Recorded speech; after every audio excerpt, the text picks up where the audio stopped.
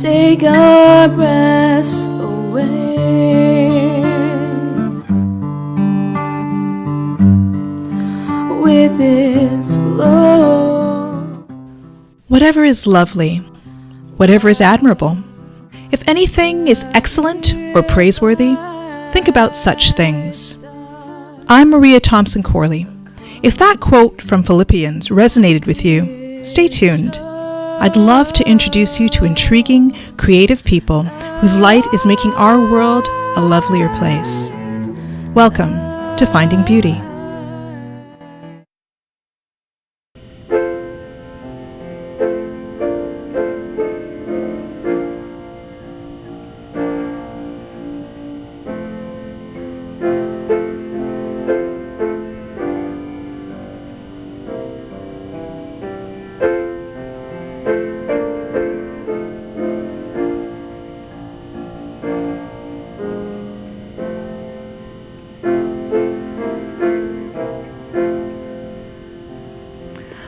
I close my podcast with a quote from Desmond Tutu about doing our little bit of good wherever we are, because when our bits of good are added together, they can overwhelm the world.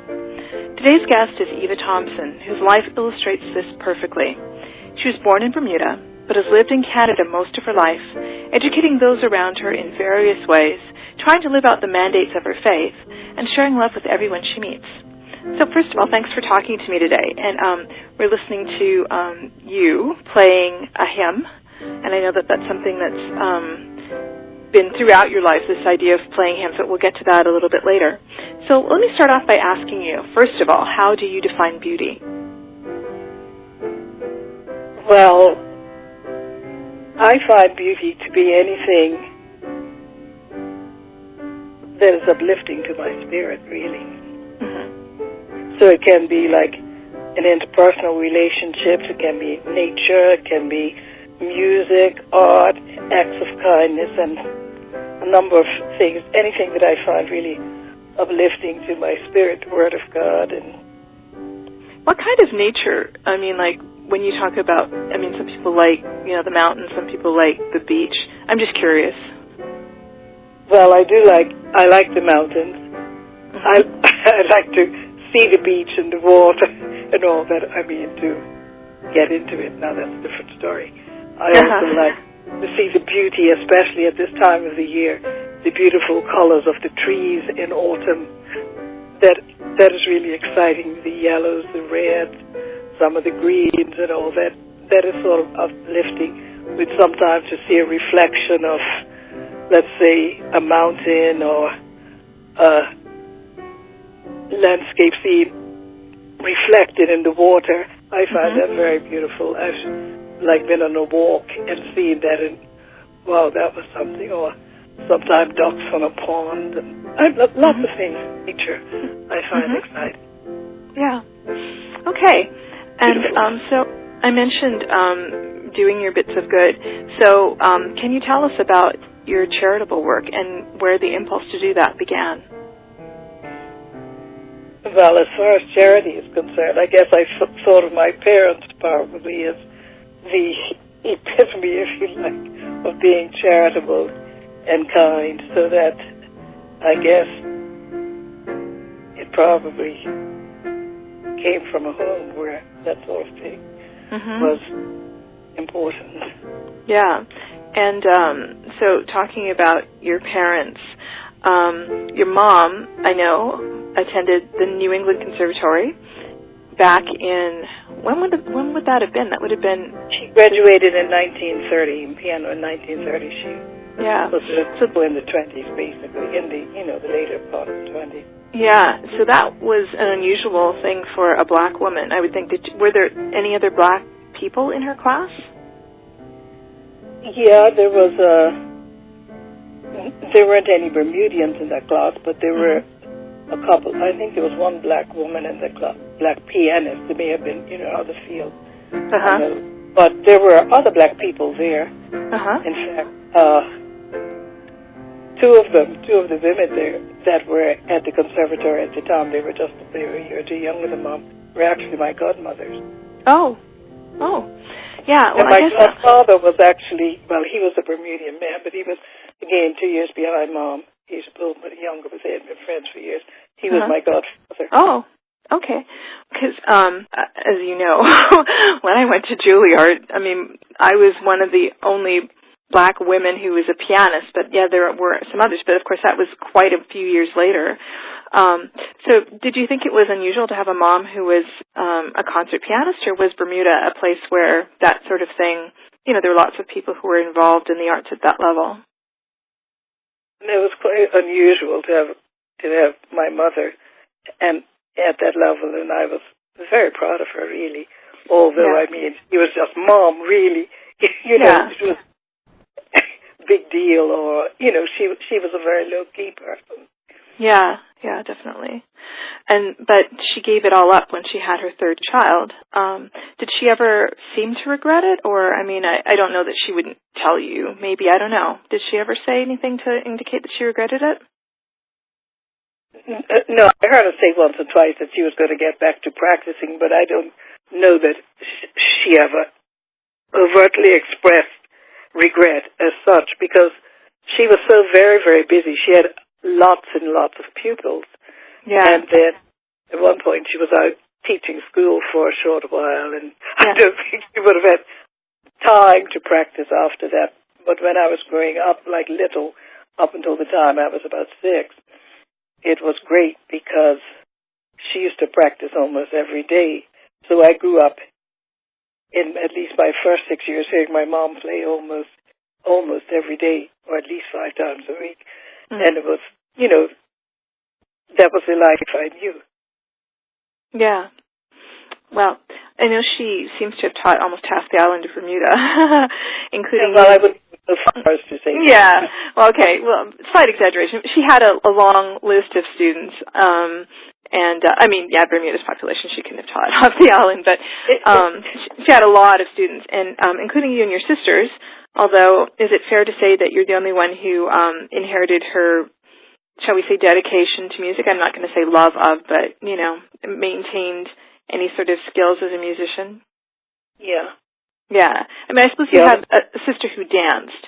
Did the other ones do anything in the arts?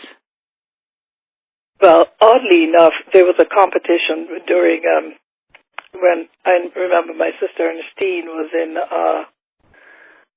she must have been in grade 3, but there was an island-wide competition, and she had won in sort of the area, you know, in our general area, the eastern area, and she was in the finals, and she played, well, you know, she was pretty young. She was about, well, anyway, she was in grade 3. And she played really well, and Mom said, I've never been so proud of a child as I was of her. She didn't win the whole competition or anything like that, but I think she might have been second, but she really played well, and Mom said, I don't know if I've ever been more proud of a child, but of course I'm sure she didn't tell her that. She said it to me, because she was not given to saying about pride that she had. But I remember her saying that. How did you feel about that? I didn't feel anyway. I was quite happy. I was at the function. That sister's 6.5 years younger than I am. Yeah. But you were the one who grew up playing the piano, and you ended up playing the piano in church. Can you tell us when you got that job? Or it wasn't really a job, but when did you start playing the piano in church? Well, actually, we used to have regular Sunday school time, you know, like our Sunday school was a regular service at a different time from church. Like the church service was 11, the Sunday school at 3. But I had a cousin who was a Sunday school pianist, really. And then when he left to go to university in the States, I succeeded him. I was almost 12. And so I played there. And then I started playing the organ in church for the evening services, because, you know, we didn't go to evening services as a all through the year, but in the summer I would play the evening services. And then, of course, I was paid for that. But the first time I played the organ in church, I'm afraid that was not good, because I was sent to play the organ because the organist could not be there. And that was a 2-manual Cassavant, but it was a very good organ, and I didn't know anything about playing the organ. But I did, I didn't know anything about legato touch and all of that, which one had to learn, and which was pointed out afterwards because I was just sent up, and I was very distressed about that. I was younger than 15. I might have been 13 or 14, but I could play the hymns because I could read the music. But you're playing. An organ is not the same. It's really not the same. I mean, that connection. Yeah, because you don't have a pedal. And after that, of course, I was given instruction quickly about how the use of pedals. I mean, it might have been fairly rudimentary, but about legato technique and whatnot. But but I started playing in church itself. As I said, Sunday evening services at about 15, and then I played in churches and things quite a bit since then. When I was at university, I sometimes played for the InterVarsity Christian Fellowships, hymn sings in the evening when I was at McGill. Not a lot, but enough. Yeah. Then I played for to help out in Sunday school, like when we were living in Seven Lamar, Jamaica. I would play for the Sunday school when your kids were good because they didn't have anybody to play. And then when I came up to St. Paul's to live in Leduc, they had nobody to play the organ. The organist was retiring, and so they advertised. I had been asked to teach Sunday school, and I was doing it, but I really didn't like doing it because I like to be in the church service. So I volunteered. I volunteered really to play, and then I was organist there for 32 years.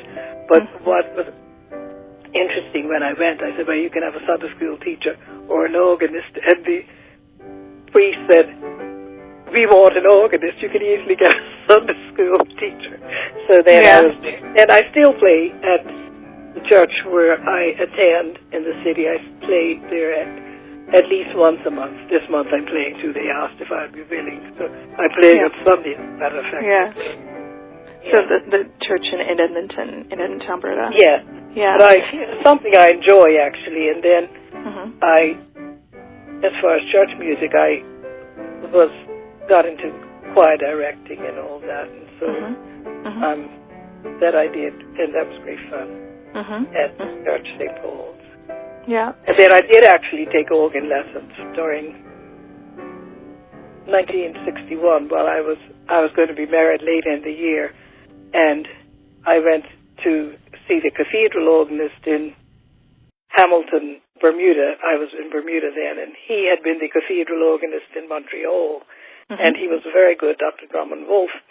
And so I took organ lessons with him for 6 months, and he told me that I could practice on the full manual cathedral organ if he wasn't there. And afternoons coming from school, I'd walk over to Hamilton, and then the cathedral is in Hamilton, and that wasn't far from the bus stop. And he said I could practice there, so I had the opportunity to practice there. Well, just about every day of the week that I wanted, like Monday to Friday, because I was in town. And so I had that, and I felt he was an excellent teacher, and I really learned a lot from Dr. Wolfe, even though it was just a 6 or 7 month period of study. And in your I mentioned something about charitable work, and so your association with churches and music has led you to do some really cool fundraisers, organizing concerts. When did you discover you had a knack for organizing concerts, or just organizing in general, I guess? Oh, I didn't know. I sort of just got into it again. I might have seen my mother. Well, she put on concerts with her group. I don't know when I've been doing it for so many years, but I don't know if I realized I had a knack for it.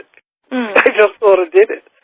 But I mean, I mean, like you said, the first one that you organized, the expectations weren't very high, shall we say, as to attendance, et cetera, and they took in, how much money did they make? Here, I don't know, a few thousand. Yeah, but that's pretty good. But yeah, again, I don't know that anyone. I thought of it as having a knack, just do this, and people seem to think I have an ability to to arrange things aesthetically and nicely, and also I seem to have gotten this gift that from my father of selling tickets. Oh yeah, yeah. So that's more important, I think, than most other things when you're if you're trying to do a fundraiser. That's like a very important skill. Okay, so talking about your dad, can you tell me something about him, because he was really a remarkable man. And I don't know if you can talk about, how he came up and what he became, maybe. Well, his family was not well off at all, and from Bermuda, and he was orphaned in his early teens, and he had a maiden aunt who took him and his two younger sisters. He had two younger sisters there, and took them to the States, and so they were brought up in the States. And then during the Depression years, he came back, and he met my mom. But my dad had a very strong work ethic, and so he really worked hard. He hadn't finished high school, but he was one of the most intelligent men that I knew, and he was kind and generous. He worked as a bartender, but his services were always thought as almost as the chief bartender in the large hotels. Mm-hmm. And he always said, of course, a bartender that drinks is a fool. Mm-hmm. So that he never engaged in that sort of thing. He was a teetotaler, actually.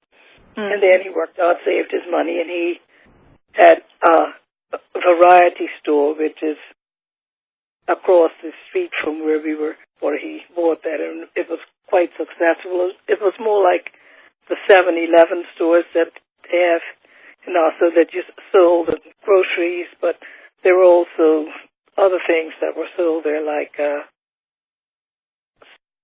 I'm going to say pharmaceutical things, but like Vaseline and, things like that people would aspirin.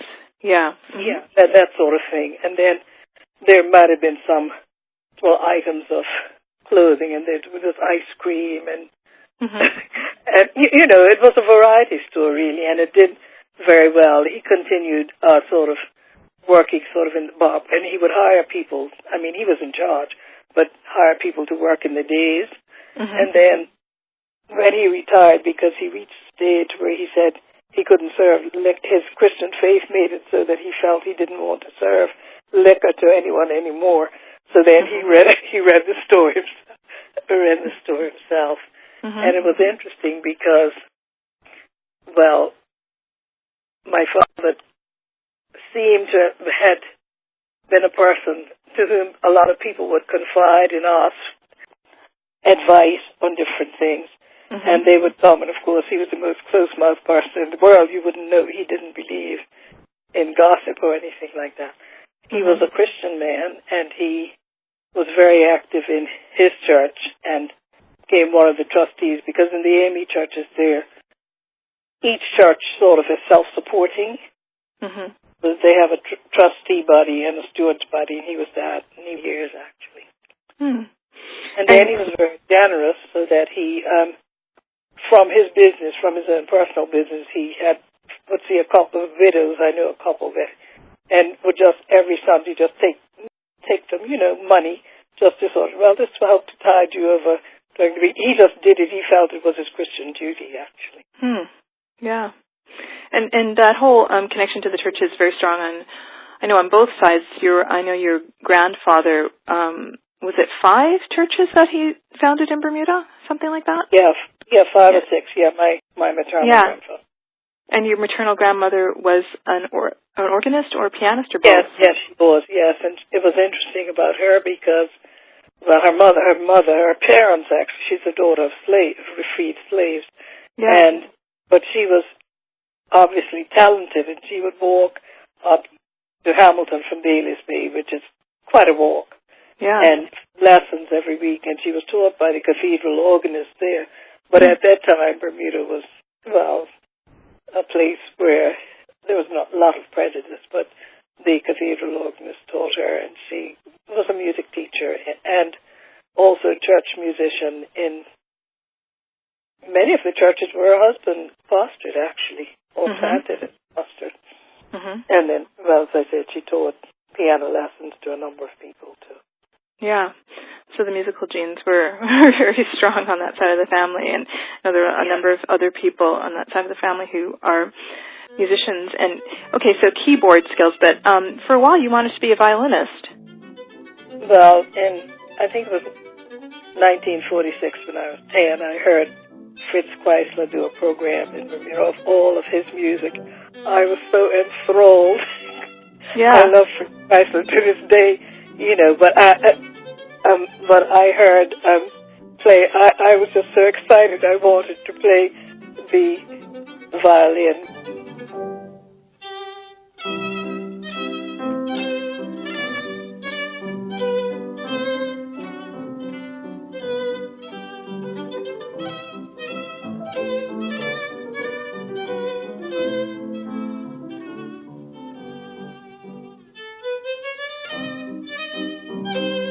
But my mother reminded me that I was doing too much piano practice. Of course, when I think of it,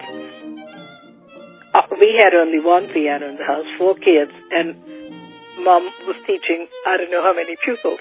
So that actually, if I'd had the violin, maybe I would have done better because there would have been no competition. Right, yeah, that's true. I mean, I think about that. I think about, if my daughter had decided that she wanted to play the piano, it would have been really problematic. The scheduling would have been really difficult. I mean, I guess at some point she would have, if going to college, I guess if she had been able to practice enough as a kid to get into college, it would have been a challenge. But anyway, that's neither here nor there because it didn't happen. But I did attempt to take violin lessons after I retired because I have a very good violin here.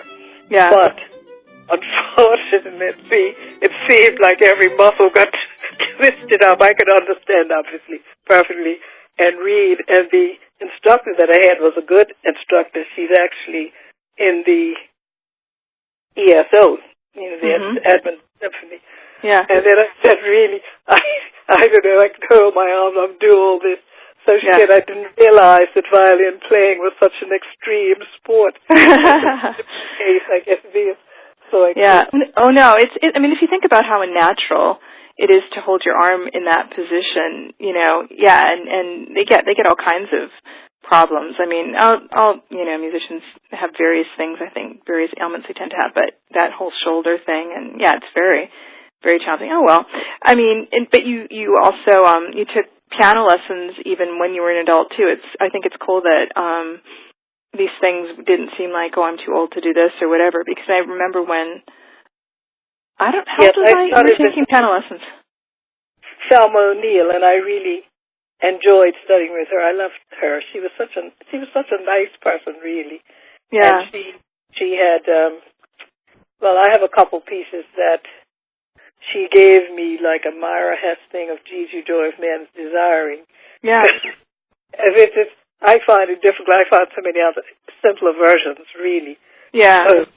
In fact, I might give that to somebody because I play it from rather simpler versions than hers. But it was, it's a very nice. And then she always told me that I was the first person and only person that she'd heard played it. It was from a set of Shrapnel and Bagatelles. And there was on number 4 about sadness. And she said, I've never heard anybody play it like that. But what she didn't know was that I could relate so much to that piece. It was the way, it was during a period that I was not feeling, I was feeling sad myself, basically. And I could just pour myself into that. But I can't play it like that now. I've had it out. And I really can't play it like that now because I don't have that feeling. But I had that feeling, and that piece just sort of relayed. I never told her why. Yeah. That I've never heard anybody play it like that. It's just how it should sound. Well, music, I find can do that. I mean, obviously, I have to play things sometimes that have nothing to do with whether or not I feel like playing them or not. But that just being able to access and hopefully process emotions is one of the great things I think about not being a professional but still playing an instrument, that you really have that ability to choose. I guess that sort of segues into my question about music's role in your life. Do you want to elaborate more about the role of music in your life? You mean throughout my entire life? Yeah, if you had just to say what your relationship with music has been throughout your life in some way, further than what you said already. Well, as I said before, I've always been around music. When I was a little girl, my sister and I used to be, and probably me before her, but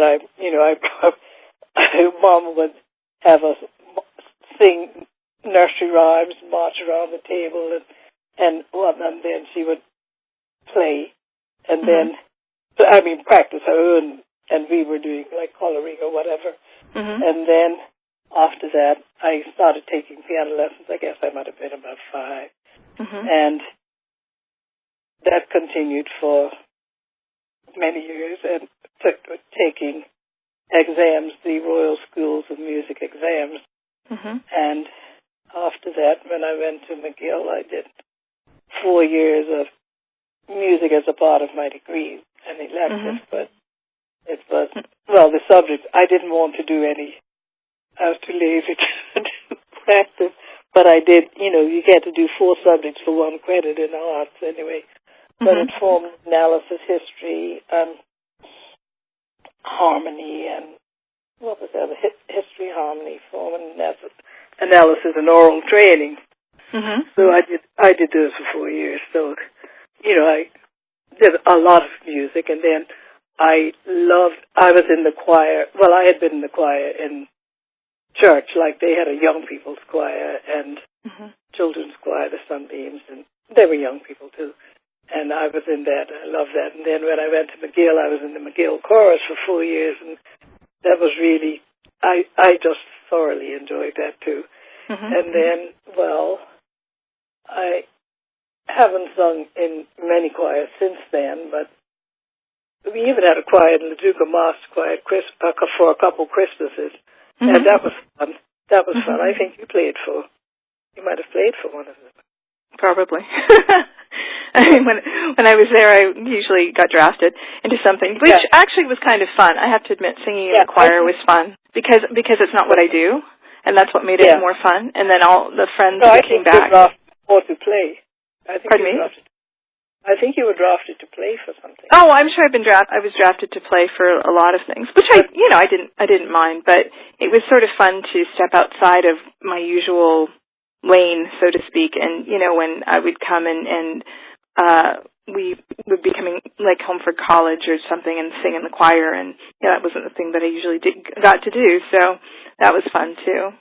But and then, of course, I got into music at playing in church and here and there. And then I've been involved in setting up a number of concerts and in teaching. You've been a teacher as well. Church. And I had a number of piano pupils which I taught, and some of my piano pupils have gone on to achieve quite a lot. I have somebody who has a doctoral degree from Juilliard. I have somebody who has a master's degree from Georgia State, and I have a couple of other students. One did her bachelor's two of them did their bachelor's in the University of Alberta, and I have somebody who did not, she didn't go, she went to grade 7, but now she's hired as a singer at a downtown club, and she practices a lot and plays a lot, and she's, going on to do well. So I guess my next question is, I know that 3 out of your 4 children had decided to pursue careers in the arts. And how did you feel about that? I mean, I know music has been important to you, but it's been not how you earned your daily bread, so to speak. I guess it did. Well, you were a music teacher, so I guess in a way. But, I mean, as far as pursuing it as a degree and a focus, how did you feel about that? Oh, it didn't matter to me. My feeling was that people should do what they want to do. For instance, my mother wanted me to be a school music teacher, and I don't think I'm a natural teacher per se. I've always felt that, but I always endeavored to do my very best. Right. I always wanted to be fair, and I tried to do those two, and I sort of was strict. But as far as I always think that people should do what they want to do. I mean, as far as long as you're pursuing a worthwhile career, I had no problem with that. Yeah, and then just trust that God will provide after that, regardless of your choices. Well, I don't see where it's fallen down on that trust. I think I don't see any of nothing. Either right forsaken or his seed begging bread. I haven't seen him begging bread. Yeah. And your fourth child became a psychologist, and you mentioned that your dad was sort of sought after as a counselor, and it seems to me that in some way you have been sought after in that way as well. I mean, is that something that, I don't know, was that something that was always the case, that people always came to you for advice as well? Or to confide? Would tell me things, and I would, I guess, come up with the answers that were, I guess, what they find quite helpful. And but the thing is, and I was telling I said to your dad many times, I said, listen, these people have come up to me, and they come up and say, what you told me was just absolutely perfect, and thank you so much. And I don't remember sometimes the situation, much less say. So I say, you're very welcome. But I think half the time, I think it was perhaps the Lord who told me what to say at that point. Because honestly, I didn't know. But that happens. That happens a fair amount. And I like to listen to people, and I think I would have preferred to have gone into psychology. But I sort of just got into teaching quite by accident, really, from the very beginning. Oh, I'm sorry, go ahead. You said from the very beginning? Yeah. Well, I started teaching school when I was 16. I finished high school, and my mother and her sister, who was a teacher, my mother was a teacher, there was some vacancy. They were in need of teachers, and my mother and her sister, or my mother's sister must have told her about this, and said, well, Eva's finishing school or something now, so maybe she could get a job at the Pembroke Infants, which was in Hamilton. I knew nothing about this, And then one of the principal of the school must have told this boy who was in my class in my year that to tell me that it was all, that it was okay. It came about quite like that. I didn't even know what he was talking about. Oh, boy. I mean, and so, well, I suppose I was 16 and the age of majority was 21. Oh. And I was going to be leaving school. So that's how I got into it initially, and then I was put to teach with a really master crafts person, if you like, and learned quite a bit for 3 months. But I mean, I was paid by the government and everything, because they had uncertificated teachers. And then I was there for about 2 years before I went to university, and then after that, well, I'd come home in the summers, and they seem always to be in need, so I was able to pick up a couple months because McGill came out in April usually, and April it did. And then, so when I came back from university, even though I hadn't even done a degree in education, I was hired. I was hired. And, well, I stayed there for 3 years. And then when I went to Jamaica I taught for a year in Montreal in a private high school. And then I went to Jamaica, and I got a job in a couple of high schools there. And then I came up to Leader, Saskatchewan, but I didn't teach there, although the superintendent came, because they needed a teacher, and they heard that I had been teaching, he said he'd give me a job, but I would have to go to, to do a teaching diploma in the summer or something like that. But we weren't going to stay in that town. Yeah. And then after that, I went to university up here and got my teaching diplomas. Actually, I got 2 of them, and then I have taught here for a number of years. But I think there were about 23 or 24 years at Quincy Park.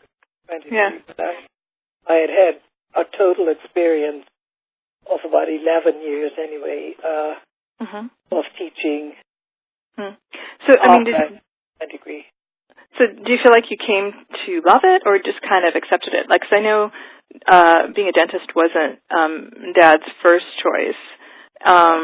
And, I mean, I don't know. I mean, obviously, and people spoke very well of what a good dentist he was and what a kind dentist and all those sorts of things that people don't always say about dentists, that they, liked seeing him, maybe not the dentistry itself. But anyway, I mean, was it something that you fell into and grew to embrace, or fell into and felt like you were putting up with until you could retire? Or No, I embraced it. I love the kids. I remember Patty saying one day, "Oh, my children," and Patty said to me, "They're not your children, we are." But they do feel like, in some way, obviously not the same level, but you do care about their lives and what they're going to do, and yeah, definitely. So I have tried to be fair, and I tried, but I was strict, and I wanted everybody to get their chance. I didn't want anybody to disrupt the learning of anybody else, and that sort of thing. But some people, I think, were much more affectionate, demonstrably more affectionate than I just am not that type. But they seem to know that you cared about them. I mean, I know from the people who came back and remembered. So I think they respected and noticed that you cared about them. So, I mean, I know that your parents were very strong advocates for their daughter's education, even back in an era where, the MRS degree was maybe considered the big thing that you were looking for. And there's some people that's still their big thing. But anyway, do you feel that being a woman has in any way created any obstacles in your life that you can think of? Offhand, I don't think so, but it might be because I was never trying to do anything that, maybe I was sort of fitting within the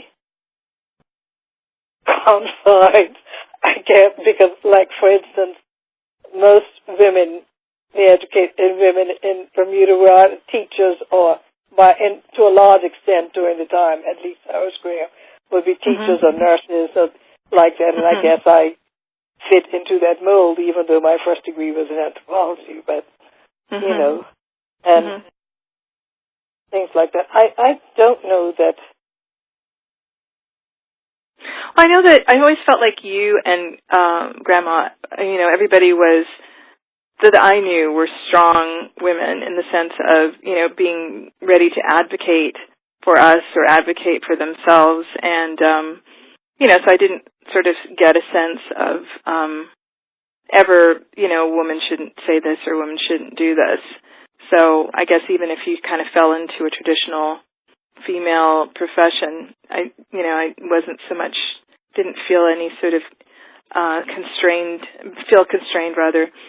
to follow any particular path because of being a woman. But I was just wondering, obviously it was a different era, so I kind of, I just wondered, which is, I guess, the reason to ask the question. But I think if anything was unfair, I had no problem with addressing whatever the issue was at that particular time. Yeah. So from that standpoint. And you got that from both of your parents, I would say. Is that correct? Yeah. And I think my aunts were like that too. At least I grew up with my maternal aunt, and I knew they were very much like that. The family sort of is like that. In fact, I have a cousin that I was talking to the other day, and she was saying the Bascom women, because my grandmother was originally a Bascom, seemed to be exceedingly strong, strong will. So I said, well, actually, Charlotte Amanda, who was my grandmother's mother and her grandfather's mother too. She was a freed slave, but the slave mistress beat her when she was 13, and she turned around and gave her some blows too. So she was. I said, Basque women are strong. Yeah. What happened to her after that, or was the women just afraid of her? She was one of the house people or something. There was some outcries and all that, but I don't know. She was. Wow, she survived and had 16 children after that. Oh goodness, yeah, okay. All right.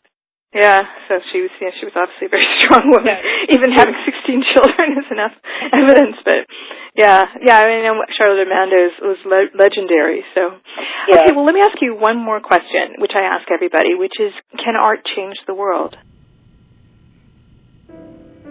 Well, I think of art really as created beauty, and I think as humans embrace God, who is the ultimate creator, and art will change the world. And it was interesting that I was reading this morning. This is what I read. I'd never seen it before. It said, before the Lord, everyone is an artist. The worshipful expression of a God-given imagination is beautiful to behold. I thought that was a nice thing that I read this morning. That's perfect. Wow. Okay, well, thank you for that. And thank you for this interview. I really appreciate it. And this has been Finding Beauty, and I'm Maria Thompson Corley.